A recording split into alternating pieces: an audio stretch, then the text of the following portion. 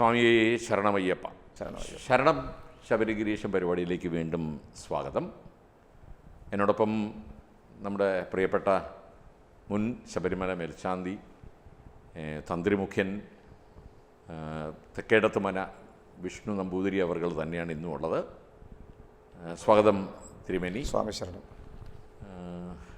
ഇപ്പോൾ ശബരീശനെ കുറിച്ച് നമ്മൾ പറഞ്ഞാൽ തീരാത്ത, അല്ലെങ്കിൽ ഈ പ്രപഞ്ചത്തോളം അതിന് പറയാനുണ്ടാകും. എന്നാലും അങ്ങയുടെ അറിവിൽ നിന്നും അങ്ങയുടെ എക്സ്പീരിയൻസിൽ നിന്നും അതാണ് ഏറ്റവും പ്രാധാന്യം. ഇപ്പം അങ്ങ് നേരത്തെ നമ്മൾ മുമ്പ് പറഞ്ഞിരുന്നു, ചാർജ് എടുത്ത് തന്ത്രി അദ്ദേഹം അവരോധിക്കപ്പെട്ടു. അതിനുശേഷം അകത്തുപോയി തന്ത്രി മുഖ്യൻ്റെയും അങ്ങയുടെയും മാത്രം സാന്നിധ്യത്തിൽ മൂലമന്ത്രം ഉപദേശിച്ചു, ധ്യാനശ്ലോകം ഒക്കെ കഴിഞ്ഞ് പൂജാക്രമങ്ങൾ അതും ഒക്കെ അതിനുശേഷം അടുത്ത ദിവസം തന്ത്രിയില്ല, അങ്ങാണ് മേൽനോട്ടം വഹിക്കുക, കാര്യങ്ങൾ ചെയ്യുക. എങ്ങനെയായിരുന്നു ആ എക്സ്പീരിയൻസ്?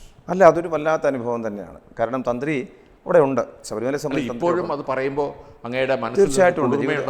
തീർച്ചയായിട്ടും ജീവിതത്തിൽ ആദ്യമായിട്ട് ലോകത്തിലെ കോടാനുകൂടി ജനങ്ങൾ ഒരു ദർശനത്തിന് വേണ്ടി കാത്തിരിക്കുന്ന ആ പൊന്നു ഭഗവാനെ, അദ്ദേഹത്തെ ഒന്ന് സ്പർശിക്കാൻ കിട്ടുന്നത് തന്നെ മഹാഭാഗ്യമാണ്.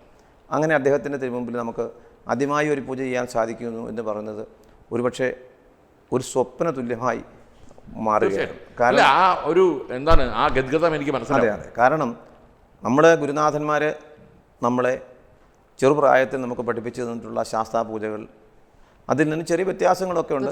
എങ്കിൽ തന്നെ അതിനെയെല്ലാം നമ്മുടെ ആരാധ്യനായ തന്ത്രി ഉപദേശിച്ചു തന്ന മന്ത്രം എല്ലാം ഉൾക്കൊള്ളിച്ചുകൊണ്ട് ആ ഭഗവാന്റെ മുമ്പിൽ ആ പൂജകൾ ചെയ്യാൻ സാധിച്ചത് ഒരുപക്ഷെ ജന്മജന്മാന്തര സുഹൃതമായി കണക്കാക്കി അദ്ദേഹത്തിന് പാദസേവ ചെയ്യാനുണ്ടായ അപ്പോഴുണ്ടായ ഒരു മനോനിർവൃതി പറഞ്ഞറിയിക്കാൻ പറ്റില്ല. അത് മനസ്സിലുണ്ടായ ഒരു സന്തോഷവും ഗുരുനാഥന്മാരുണ്ടായ അവരോട് ഉണ്ടായ ഒരു ആദരവും ബഹുമാനവും എത്രയോ ഇരട്ടി വർദ്ധിച്ചു. കാരണം അവരന്നെനിക്ക് അറിഞ്ഞുപദേശിച്ച മന്ത്രങ്ങളെല്ലാം, അറിഞ്ഞെന്നെ പഠിപ്പിച്ച ശീലിപ്പിച്ച പൂജാതി കർമ്മങ്ങളെല്ലാം ഇത്രത്തോളം എന്നെ എത്തിക്കുവാൻ അവരത്രത്തോളം അവരെന്നിൽ സ്നേഹവും വാത്സല്യവും ഉൾക്കൊണ്ടിരുന്നുവെന്ന് എനിക്ക് ഒപ്പം ഭഗവാന്റെ കാരുണ്യവും. അതെ. അപ്പോൾ എങ്കിലും ഇവിടെ എത്താനായിട്ട് ഗുരുനാഥന്മാരുടെ അന്നവർ അത്രത്തോളം ആത്മാർത്ഥമായിട്ടാണ് എനിക്കൊരു പൂജയെങ്കിലും പഠിപ്പിച്ചു തന്നെങ്കിൽ അത് ചെയ്തിട്ടുള്ളത് എന്നെനിക്ക് മനസ്സിലായി. അന്ന് അവരെല്ലാം സ്മരിച്ചുകൊണ്ട് വന്ദിച്ചുകൊണ്ടാണ് പൂജ സമാരംഭിച്ചത്. ഏത് പൂജയ്ക്കും ഗുരുവന്ദനം വേണമല്ലോ. അപ്പോൾ എല്ലാ ഗുരുക്കന്മാരെയും എൻ്റെ മനസ്സിൽ കാണാൻ സാധിച്ചു. അവരെല്ലാം വന്ദിച്ചുകൊണ്ട് ആ ഭഗവത് പൂജ അന്ന് ചെയ്യാൻ സാധിച്ചു. അതിന്നും എന്നും എൻ്റെ മനസ്സിൽ മായാതിരിക്കുന്ന ഒരനുഭവമായിരിക്കും. ഇപ്പോൾ ശബരിമലയിൽ കൊടാനുകോടി എന്ന് പറഞ്ഞതുപോലെ ഭക്തർ എത്തുന്നുണ്ട്. വളരെയധികം പ്രയാസപ്പെട്ട്, ഇപ്പം ഒരുപക്ഷെ പുറത്തു നിന്നുള്ള ആൾക്കാർ, അതായത് ഞാൻ പുറത്തുനിന്ന് ഉദ്ദേശിച്ച ഇന്ത്യക്ക് പുറത്തുനിന്ന് ധാരാളം വരുന്നുണ്ട്. പക്ഷേ ഇവർക്കെല്ലാം കിട്ടുന്നത് ഒരു 10 അല്ലെങ്കിൽ മാക്സിമം 1 മിനിറ്റോ അല്ലെങ്കിൽ 2 മിനിറ്റ് അതിനുള്ളിൽ കണ്ട് മടങ്ങണം. അതിന് മാത്രമേ ഈ കാനനവാസനായ സാക്ഷാൽ ശബരീശൻ അവസരം നൽകുന്നുള്ളൂ. പക്ഷെ ആ ഒരു സായുജ്യം അത് തന്നെ ഭക്തർക്ക് വളരെ വളരെ വളരെ അനുഭവങ്ങൾ തരുന്നു. വളരെ ഇതാണ്. ഒരു വർഷം വിഗ്രഹത്തിനടുത്തിരുന്ന് ആ വിഗ്രഹത്തിനെ തൊട്ട് ചേർന്നിരുന്ന് പൂജിച്ച അങ്ങയുടെ പാതാരവിന്ദങ്ങൾ സ്മരിച്ചുകൊണ്ട് തന്നെ ചോദിക്കട്ടെ, അല്ലെങ്കിൽ നമിച്ചുകൊണ്ട് തന്നെ ചോദിക്കട്ടെ, അങ്ങയ്ക്ക് ആ ഒരു വർഷം കഴിഞ്ഞ് തിരിച്ചിറങ്ങുമ്പോഴുണ്ടായ ആ മനോവ്യത അല്ലെങ്കിൽ ഒരു പ്രയാസം, വേദനയായിരുന്നു. കാരണം ഭഗവാനെ ഒരു വർഷം, ഭഗവാൻ എല്ലാമായിരുന്നു ഒരു വർഷം എനിക്കവിടെ. കാരണം അച്ഛൻ, അമ്മ, ഗുരുക്കന്മാർ, സഹോദരൻ, സഹോദരി, ഒരുപക്ഷെ കളിത്തോഴൻ, എല്ലാം അയ്യപ്പൻ തന്നെയായിരുന്നു. അതോടൊപ്പം തന്നെ നമ്മൾ നട തുറന്നു കഴിഞ്ഞാൽ ആ ഭഗവത് പൂജയിൽ മാത്രം മുഴുകി വസിച്ചിരുന്ന ദിനങ്ങൾ, ബാക്കിയുള്ള സമയത്ത് ഭഗവത് നാമങ്ങളിലും അതേപോലെ നമ്മുടെ അനുഷ്ഠാനങ്ങളിലും മാത്രം ഒരു ആത്മീയമായ ഒരു തപസ്സായിരുന്നു. ആ തപസ്സെല്ലാം പൂർത്തീകരിച്ച് അവിടെ നിന്ന് ഇറങ്ങി വന്നപ്പോൾ ഉണ്ടായ ഒരു മനോവിഷമം പറഞ്ഞറിയിക്കാൻ പറ്റില്ല. എനിക്കെന്ന് മനസ്സിൽ തോന്നിയൊരു വികാരം, എൻ്റെ എല്ലാമായ എൻ്റെ മണികണ്ഠസ്വാമിയെ കാട്ടിലുപേക്ഷിച്ചിട്ട് വരണമല്ലോ എന്ന ഒരു മനോവ്യഥയായി ഉണ്ടായത്. അത്രത്തോളം ദേവനുമായി അങ്ങ് അടുത്തു. ആ ഉപേക്ഷിച്ച് വരുന്ന ഒരു മനത്തിനുണ്ടായ വിഷമമായിരുന്നു. പക്ഷേ ഇറങ്ങിയല്ലേ പറ്റൂ. കാരണം ഒരു വർഷം കഴിഞ്ഞാൽ മറ്റൊരാൾക്ക് ചാർജ് കൊടുത്തേ പറ്റൂ. അങ്ങനെ ഇറങ്ങിപ്പോരുകയായിരുന്നു. പക്ഷേ അവിടെ നിന്ന് അദ്ദേഹം എനിക്ക് നൽകിയ പാഠങ്ങൾ, അനുഭവങ്ങൾ ഇന്നും എൻ്റെ ജീവിത വിജയമായിട്ട്, ജീവിത വിജയത്തിന് കാരണമായിട്ട് ഇന്നും എനിക്ക് മനസ്സിലാക്കാൻ സാധിക്കുന്നുണ്ട്. അതുതന്നെ ഞാനിന്നും പരിപാലിച്ചു പോരുകയുമാണ്. അങ്ങ് ഒരിക്കൽ എന്നോട് തന്നെ നമ്മുടെ ഈ സംവാദത്തിൽ തന്നെ ഒരിക്കൽ സൂചിപ്പിച്ചു. ഒരിക്കൽ അങ്ങ് ശബരിമല സന്നിധിയിലെത്തുമ്പോൾ അങ്ങ് അറിയാതെ ആഗ്രഹിച്ചു പോയ ഒരു നിമിഷമുണ്ട്. ഒരവസരമെങ്കിലും എൻ്റെ പൊന്നു മണികണ്ഠ സ്വാമി എനിക്ക് നൽകണമേ, അങ്ങ് എൻ്റെ പ്രാർത്ഥന കേൾക്കണമേ. അത് കേട്ടതായിട്ട് ഉള്ള ചാരിതാർത്ഥ്യം അങ്ങേക്ക് തോന്നിയില്ലേ? തീർച്ചയായിട്ടും. കാരണം അതിൽ നിന്ന് മനസ്സിലാക്കേണ്ടത്, ആത്മസമർപ്പണത്തോടുകൂടി നമ്മൾ ദേവനെ വിളിച്ചാൽ തീർച്ചയായിട്ടും ആ സമർപ്പണത്തോടുകൂടി വിളിക്കുന്ന കാര്യങ്ങൾ അദ്ദേഹം ഉൾക്കൊണ്ടുകൊണ്ട്, അല്ല അതിന് ഉദാഹരണമാണ് എൻ്റെ മുന്നിലിരിക്കുന്നത്. അതെ അതെ അതെ, അങ്ങനെ ഉൾക്കൊണ്ടുകൾ നമ്മൾ ഭജിച്ചാൽ അതിന് ഫലപ്രാപ്തി പൂർണ്ണമായി ഉണ്ടാകും എന്നുള്ളതാണ് നമ്മൾ മനസ്സിലാക്കേണ്ടത്. നമുക്ക് എന്ത് തരണം എന്നുള്ളതല്ല, പക്ഷേ ആ ഭഗവാനെ പൂർണ്ണമായി വിശ്വസിച്ചുകൊണ്ട് നമ്മൾ തപസ് ചെയ്താൽ നമുക്ക് വിധിച്ചിട്ടുള്ളതാണെങ്കിൽ നമുക്ക് ലഭ്യമാക്കുവാൻ നമ്മൾ ഇന്നതാവണമെന്ന് നമുക്ക് നേരത്തെ എഴുതിയിട്ടുണ്ടാവും. അപ്പോൾ അതിന് യാതൊരു വിഘ്നങ്ങളുമില്ലാതെ, എന്ത് വിഘ്നങ്ങളുണ്ടെങ്കിൽ അതിനെല്ലാം എടുത്തു മാറ്റിക്കൊണ്ട് തന്നെ ഭഗവാൻ നമുക്ക് അത് സാധിച്ചു തരും എന്നുള്ളതാണ് ആ അനുഭവം എന്നെ മനസ്സിലാക്കി പഠിപ്പിച്ചിട്ടുള്ളത്. അല്ല, അതൊരു സന്ദേശം കൂടിയാണ്. അതായത് ആരാണോ ആത്മാർത്ഥമായി ഈ ശബരീശനെ പ്രാർത്ഥിക്കുന്നത്, തീർച്ചയായിട്ടും അവൻ്റെ പ്രാർത്ഥന സബലീകൃതമാകും എന്നുള്ളതിൻ്റെ തെളിവാണ്. പക്ഷെ ഒന്ന് മാത്രമേ ഉള്ളൂ, അവൻ പ്രാർത്ഥിക്കുന്നത് അവന് പ്രാപ്യമായത് മാത്രമായിരിക്കും. തീർച്ചയായിട്ടും തീർച്ചയായിട്ടും പ്രാപ്യമായത് അവൻ്റെ വിധിയിലുള്ളത്, അവന് പ്രാപ്യമായിട്ടുള്ളതിന് തടസ്സങ്ങളില്ലാതെ എന്ത് വിഷയമുണ്ടെങ്കിലും അതിൽ നിന്നെല്ലാം ഭഗവാൻ നമ്മളെ രക്ഷിച്ച് അവിടെ കാത്തുകൊള്ളും, സംരക്ഷിച്ച് അവിടെ എത്തിച്ചുകൊള്ളും എന്നുള്ളതാണ് എനിക്ക് വിശ്വസിക്കാൻ സാധിക്കുന്നത്. അങ്ങേക്ക് അവിടെ മറക്കാൻ പറ്റാത്ത ആദ്യത്തെ അനുഭവം എന്തായിരുന്നു? കാരണം ഒരു കാലഘട്ടത്തിൽ യാതൊരു സൗകര്യമില്ലായിരിക്കുന്ന കാലത്ത് പോലും ആ ശബരിമലയിൽ എന്തൊക്കെയോ സംഭവങ്ങൾ നമുക്കൊക്കെ മുൻപ് നടന്നിരിക്കുന്നു. പക്ഷെ അതിൽ നിന്നെല്ലാം എത്രയോ പതിന്മടങ്ങ് അല്ലെങ്കിൽ എത്രയോ മടങ്ങൾ ഇന്ന് ശക്തി ആർജിച്ചുകൊണ്ട് പുരോഗമിച്ചുകൊണ്ട് എല്ലാ ദേശത്തിനും നാടിന് മുഴുവൻ ഒരു മാർഗദർശിയായിട്ട്, ഒരു ആരാധനാമൂർത്തിയായിട്ട് അവിടെ പരിലസിക്കുകയാണ്. ഇതെടുത്തു പറയേണ്ട ഒരു വിഷയം. ആ സന്നിധിയിൽ വെച്ച് ധാരാളം അനുഭവങ്ങളുണ്ട്. എങ്കിൽ ആദ്യത്തേത് എന്നെനിക്ക് ഓർമ്മ വരുന്നില്ല, എങ്കിലും വരുന്ന ഓർമ്മയനുസരിച്ച് നോക്കുമ്പോൾ അവിടെ ഒരു ഭക്തൻ, തമിഴ്നാട്ടിൽ നിന്നൊരു ഭക്തനെ ഒരിക്കൽ അവിടെ വന്ന് അദ്ദേഹത്തിൻ്റെ കുട്ടികൾക്ക് വിവാഹം നടക്കുന്നില്ല എന്ന് പറയുകയുണ്ടായി. അദ്ദേഹം ഒരു തയ്യൽ പ്രവൃത്തി ചെയ്തിരുന്ന ഒരു സ്വാമിയാണ്, തമിഴ്നാട്ടിൽ നിന്നാണെന്നേ എനിക്ക് ഓർമ്മയുള്ളൂ.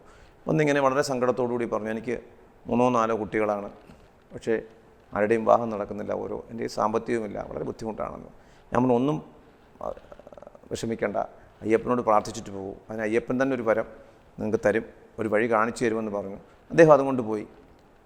ആ മണ്ഡലപൂജ മകരവിളക്കിൻ്റെ പൂജ പൂർത്തിയാക്കുന്നതിന് മുമ്പ് തന്നെ, അതായത് 60 ദിവസത്തിനുള്ളിൽ തന്നെ അവിടെ നിന്ന് അദ്ദേഹം എന്നെ വിളിക്കുകയാണ്. അദ്ദേഹത്തിന് അറിയില്ല, കാരണം ഇതെന്താണെന്നറിയില്ല. അദ്ദേഹം അവിടെ ചെന്നപ്പോൾ തീർച്ചയായിട്ടും അയ്യപ്പനെ ഭജിച്ചുകൊണ്ട് പോയി. തിരിച്ച് 60 ദിവസത്തിനകത്ത് തന്നെ ഫലപ്രാപ്തി ലഭിച്ചു എന്നുള്ള വിളി കേട്ടപ്പോൾ എനിക്കുണ്ടായൊരു സന്തോഷം, അദ്ദേഹത്തിൻ്റെ ഒരു അനുഭവം നമുക്ക് പങ്കുവെക്കാൻ സാധിച്ചത് ഒരിക്കലും ഞാൻ മറക്കില്ല.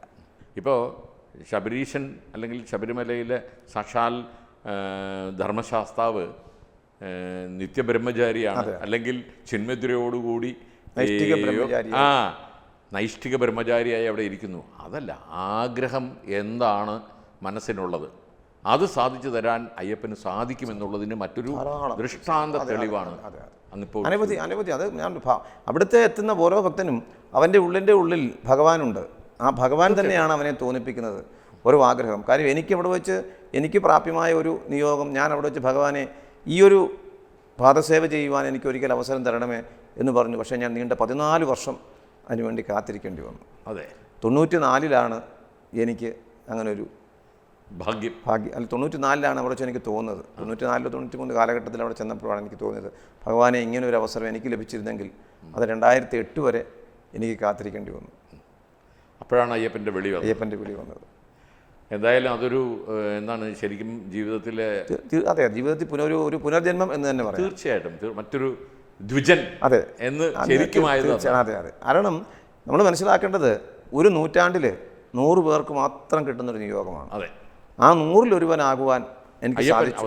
അതെ, 100-ലൊരുവൻ, ഒരു നൂറ്റാണ്ടിൽ നമ്മളൊരു 100 വർഷം ജീവിക്കുമെന്ന് പോലും ഉറപ്പില്ല, പക്ഷേ ആ 100-ലൊരുവനാകുവാൻ സാധിച്ചു എന്നുള്ളതാണ് എനിക്ക് അത്രത്തോളം അതിൻ്റെ അഗാധത എനിക്ക് മനസ്സിലാക്കാൻ സാധിച്ചു. ശബരിമലയിൽ സേവനമനുഷ്ഠിച്ചിട്ടുള്ള പലരും പറയുന്ന ഒന്നാണ്, ഇപ്പോൾ ഉറങ്ങാൻ വളരെ കുറച്ച് സമയമുള്ളൂ, റെസ്റ്റ് എന്ന് പറയുന്നത് വളരെ കുറച്ച് സമയമേ ഉള്ളൂ. പക്ഷേ എന്നാലും ഇതൊന്നും ഈ നമ്മുടെ ദിനചര്യയോ ജീവിതത്തിനെയോ ബാധിച്ചിട്ടില്ല. അതെല്ലാം എങ്ങനെ കഴിയുന്നു? അതൊക്കെ അയ്യപ്പൻ്റെ ഒരു കഴിവ് മാത്രമാണ്. കാരണം നമ്മൾ സർവ്വതും അയ്യപ്പന് സമർപ്പിച്ചുകൊണ്ടാണ് നമ്മളിവിടെ ചുമതല ഏറ്റെടുക്കുന്നത്. അപ്പോൾ അതെല്ലാം അയ്യപ്പൻ നമ്മളോടൊപ്പം എല്ലാ കർമ്മങ്ങളും നടത്തിച്ചുകൊള്ളും എന്നുള്ള വിശ്വാസമാണ്. അപ്പോൾ ഉറച്ച വിശ്വാസം നമ്മൾ നിൽക്കുമ്പോൾ കോടാനുകോടി ജനങ്ങൾ ഇത്രയും വ്രതാനുഷ്ഠാനത്തോടുകൂടി എത്തി അവിടെ അവർ അന്നത്തെ കാലത്തെ 10-12 മണിക്കൂർ കാത്തുനിന്ന് ഭഗവത് ദർശനത്തിന് വേണ്ടി എത്തുന്ന എന്തെല്ലാം ത്യാഗങ്ങൾ അവർ സഹിക്കുന്നു.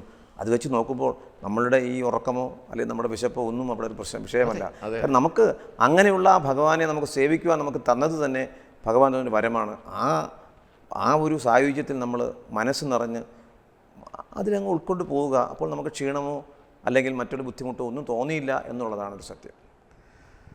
ഇനി അവിടുത്തെ പൂജാക്രമങ്ങൾ തുടങ്ങുന്നത് രാവിലെ എങ്ങനെയാണ്? രാവിലെ നട തുറന്നാൽ അഭിഷേകത്തിന് അവിടെ മറ്റുള്ള ക്ഷേത്രങ്ങളിൽ വ്യത്യാസമുണ്ട്.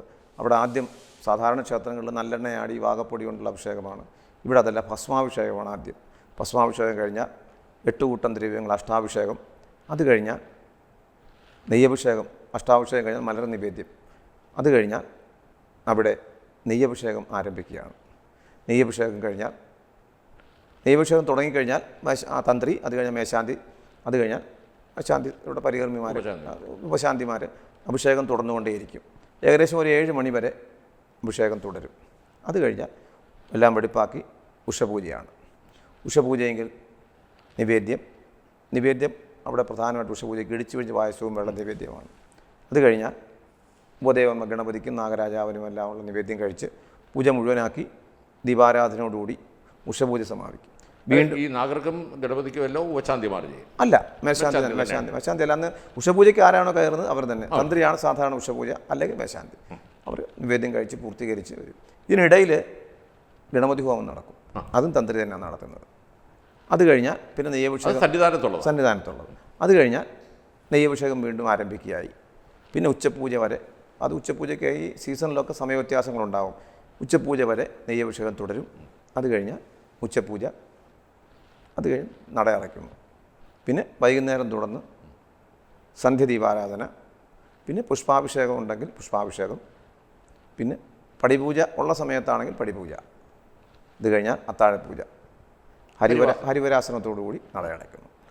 ഇവിടെ ഇപ്പോൾ പല അമ്പലങ്ങളിലും നമ്മൾ ഈ നിധാന പൂജയ്ക്ക് പോകുമ്പോഴും നൈവേദ്യം എടുക്കുന്ന സമയത്ത് അല്ലെങ്കിൽ നിവേദ്യ സമയത്ത് ഈ ആൾക്കാരെ മാറ്റി നിർത്താറുണ്ട്. അതെ. ശബരിമലയിലും അങ്ങനെ തന്നെയാണോ? അല്ല, ശബരിമല സാധ്യമല്ല. 2 കാരണങ്ങളാണ്. ഞാൻ നേരത്തെ പറഞ്ഞു, ശബരിമലയിലെല്ലാം വ്യത്യാസമുണ്ട്. ശബരിമലയിൽ നിവേദ്യം എടുക്കുന്ന സമയത്ത് അങ്ങനെ എല്ലാവരും കയറി നിൽക്കില്ല. ദർശനത്തിനോ മറ്റുള്ളതിനോ ഒരു വിലക്ക് കൽപ്പിച്ചിട്ടില്ല. കാരണം അവിടെ അത് പ്രധാനമായിട്ട് പറഞ്ഞാൽ സാധ്യമല്ലാത്തത് കൊണ്ട് ഒന്നും. രണ്ടാമത് അവിടുത്തെ ആചരണങ്ങളെല്ലാം തന്നെ ഞാൻ നേരത്തെ പറഞ്ഞു മറ്റുള്ളവരിൽ നിന്ന് വ്യത്യസ്തമായ ഒരുപാട് ആചാരങ്ങളാണ് അവിടെ നിലനിന്ന് പോരുന്നത്. അതുതന്നെയാണ് അതിൻ്റെ കാരണം. അതുപോലെ തന്നെ ഈ പൂജാക്രമങ്ങളിൽ ഉത്സവ സമയത്ത് ഇപ്പോൾ ഒരുപാട് വ്യത്യാസങ്ങളുണ്ട് ഉത്സവ സമയത്തുള്ള. അപ്പോൾ ഉത്സവക്രമം കൂടി ഒന്ന്. ഉത്സവത്തിന് സാധാരണ ഇവിടെ തൃക്കൊടിയേറ്റ് കഴിഞ്ഞാൽ എല്ലാ ദിവസവും സാധാരണ ക്ഷേത്രങ്ങളിൽ ശ്രീഭൂതബലി ഉണ്ടാവും. പിന്നെ ചില വിശേഷ ദിവസങ്ങളിലായിട്ട് ചിലപ്പോൾ 1-2 ഉത്സവ ബലി ചില ക്ഷേത്രങ്ങളിലുണ്ടാവും. പിന്നെ പള്ളിവേട്ട, ആറാട്ട്, ഇങ്ങനെയാണ് ഉത്സവക്രമം. പക്ഷേ ശബരിമലയിൽ വഴിപാട് ഉത്സവ ബലികളായിട്ട് എല്ലാ ദിവസവും ഉണ്ടാവും. തൃക്കൊടിയേറ്റിൻ്റെ അന്ന് കാണില്ല, ആറാട്ടിൻ്റെ അന്നും കാണില്ല. ബാക്കി എല്ലാ ദിനങ്ങളിലും 8 ദിവസവും ഉത്സവ ബലി ഉണ്ടാവും. ദേവസ്വം വക ഒന്നേ ഉണ്ടാവും. ബാക്കിയെല്ലാം ഓരോ ഭക്തന്മാരുടെ സമർപ്പണമായി ചെയ്യുന്നത്. അതെ. ഈ ശ്രീബലി, ശ്രീഭൂതബലി, ഉത്സവബലി. ശ്രീബലി വളരെ ലഘുവായിട്ട് നിത്യവും നമുക്ക് ഈ ഭൂതഗണങ്ങൾക്ക് സമർപ്പിക്കപ്പെടുന്ന പൂജയാണ്. ശ്രീഭൂതബലി കുറച്ചുകൂടെ വിസ്തരിച്ച് ഉത്സവകാലങ്ങളിൽ ചെയ്യുന്നതാണ് ശ്രീഭൂതബലി. അത് കഴിഞ്ഞാൽ അതിൻ്റെ കുറച്ചുകൂടെ വിസ്തരിച്ചുള്ള പൂജയാണ് ഉത്സവബലി എന്നുള്ളത്. അത് ഓരോ ഭൂതഗണങ്ങൾക്കും പ്രത്യേകമായി പൂജ ചെയ്ത് ഹവിസ്സ് തൂകുന്നതാണ് ഉത്സവബലി. അത് ഇവിടെ ശബരിമലയിൽ എല്ലാ ദിനങ്ങളിലും ഉണ്ടാവും. ഓരോരുത്തരുടെ നേർച്ചയാണ് എന്നുള്ളതാണ് ഒരു പ്രത്യേകത. ഈ ഉത്സവ ബലി എത്ര സമയമെടുക്കും തിരുമേനി? എത്ര ലഘുവായിട്ട് നടത്തിയാലും എങ്ങനെ ആയാലും കുറഞ്ഞത് ഒരു 4-5 മണിക്കൂർ എടുക്കാറുണ്ട്. എല്ലാം അകത്തും പുറത്തും ഒക്കെ തൂവി സപ്തമാതർക്കും തൂവി ഒക്കെ കഴിയുമ്പോൾ അല്ലേ 4-5 മണിക്കൂർ എടുക്കാറുണ്ട്. അത് തന്ത്രിയാണ് ചെയ്യുന്നത്. ഉത്സവകാലങ്ങളിലുള്ള ഈ വിശേഷാലെല്ലാം ചെയ്യുന്നത് തന്ത്രിയാണ്. ശബരിമലയെ സംബന്ധിച്ച് മിക്കവാറും പല പൂജകളും തന്ത്രിയാണ് ചെയ്യാറുള്ളത്. അതിനുശേഷം രാത്രിയിൽ രാത്രി ശ്രീഭൂതബലിയുണ്ട്. ഉച്ചയ്ക്കുള്ള ശ്രീഭൂതബലി ഉത്സവ ബലിയായി പരിണമിക്കുന്നു. അതിനുശേഷം രാത്രി ശ്രീഭൂതബലിയുണ്ട്. ശ്രീഭൂതബലിക്ക് തൂവുക. അതെ അല്ലേ? അതെ. അതിനുശേഷം പതിവ് പോലെ അവിടെ ശ്രീവേലി ഇല്ലല്ലോ, പതിവ് പോലെ അത്താഴപൂജ. ഹരിവരാസനം അല്ല, അത്താഴപൂജ കഴിഞ്ഞിട്ടാണ് ശ്രീഭൂതബലി. അത്താഴപൂജ ശ്രീഭൂതബലി, അത് കഴിഞ്ഞാൽ ഹരിവരാസനം പാടി നട അടയ്ക്കുന്നു. ഇത് മാളികപ്പുറത്തേക്കും ഇല്ല, മാളികപ്പുറത്ത് പ്രത്യേകിച്ച് ഉത്സവമായിട്ടില്ല. ഇല്ല. മാളികപ്പുറത്ത് അവിടെ ദൈനംദിനമായിട്ടുള്ള പൂജകൾ മാത്രം. അവിടെ 3 പൂജയുണ്ട്, പൂജ നടത്തുന്നു. ചില വിശേഷ ദിവസങ്ങളിൽ അവിടെ ആരുടെയെങ്കിലും വഴിപാടായിട്ടോ നേർച്ചയായിട്ടോ ഉണ്ടെങ്കിൽ കളഭമോ മഞ്ഞളഭിഷേകം അങ്ങനെ എന്തെങ്കിലുമൊക്കെ ഉണ്ടെങ്കിൽ മാത്രമേ അവിടെ വിശേഷാലായിട്ടുള്ളൂ. ഒരു കാലഘട്ടത്തിൽ അവിടെ ഇതിൻ്റെ ഒരു ഉപദേവത സ്ഥാനമായി സങ്കല്പിച്ചായിരുന്നു ചെയ്തു പോന്നിരുന്നത്. പക്ഷേ ഏതോ ഒരു കാലത്ത് അതല്ല, മാളികപ്പുറത്തമ്മയ്ക്ക് പ്രത്യേകമായിട്ടെല്ലാം വേണമെന്ന് നിർദ്ദേശം വന്നതുകൊണ്ടാണ് അങ്ങനെ ആചരണം അവിടെ തുടങ്ങിയത്. ഇനി ശബരിമലയെ ചുറ്റി തന്നെ ഒരുപാട് സംശയങ്ങൾ പലർക്കുമുണ്ട്. ആദ്യത്തെ സംശയം ഭസ്മക്കുളത്തിനെ സംബന്ധിച്ചാണ്. എന്താണ് അതിൻ്റെ ഒരു പ്രസക്തി? ഒരു ക്ഷേത്രത്തിലുണ്ടായിരുന്ന പുണ്യതീർത്ഥം എന്നുള്ളതാണ് ഭസ്മക്കുളത്തിന് സാധാരണ കൊടുത്തിട്ടുള്ളത്. അതേ ശബരിമലയെ സംബന്ധിച്ചിട്ട് ഏതോ കാലഘട്ടത്തിൽ അന്ന് ഭഗവാന്റെ എല്ലാ ആവശ്യങ്ങൾക്കും എടുത്തിരുന്ന ഒരു ജലസ്രോതസ്സായിരുന്നു, ആ തീർത്ഥമായിരുന്നു എന്നാണ് സങ്കല്പം. പക്ഷേ കാലഗതിക്ക് മറ്റ് പൈപ്പും മറ്റുള്ള എല്ലാ സംവിധാനങ്ങളും വന്നു കഴിഞ്ഞപ്പോൾ ആ ഭസ്മക്കുളത്തിൽ ഭക്തന്മാർ കുളിച്ച് ദർശനം ചെയ്യാനും അല്ലെങ്കിൽ ഈ ശയനപ്രദർശനം ചെയ്യാനുമായി ഉപയോഗിച്ച് പോന്നിരുന്നു. അത് പല ഘട്ടങ്ങളിൽ 1-2 പ്രാവശ്യം അതിന് സ്ഥാനം മാറുകയും ഒക്കെ ചെയ്തിട്ടുമുണ്ട്. അവിടെ ഈ ഭസ്മക്കുളമുണ്ടെങ്കിൽ തന്നെയും അങ്ങിപ്പോൾ സൂചിപ്പിച്ചതുപോലെ ഭക്തജനങ്ങൾക്ക് കുളിക്കാനും ഒക്കെ സൗകര്യം ചെയ്തു കൊടുക്കുന്നു. പക്ഷെ ആറാടൻ ശബരീശൻ പമ്പയിലെത്തുകയാണ് അല്ലേ? അതെ.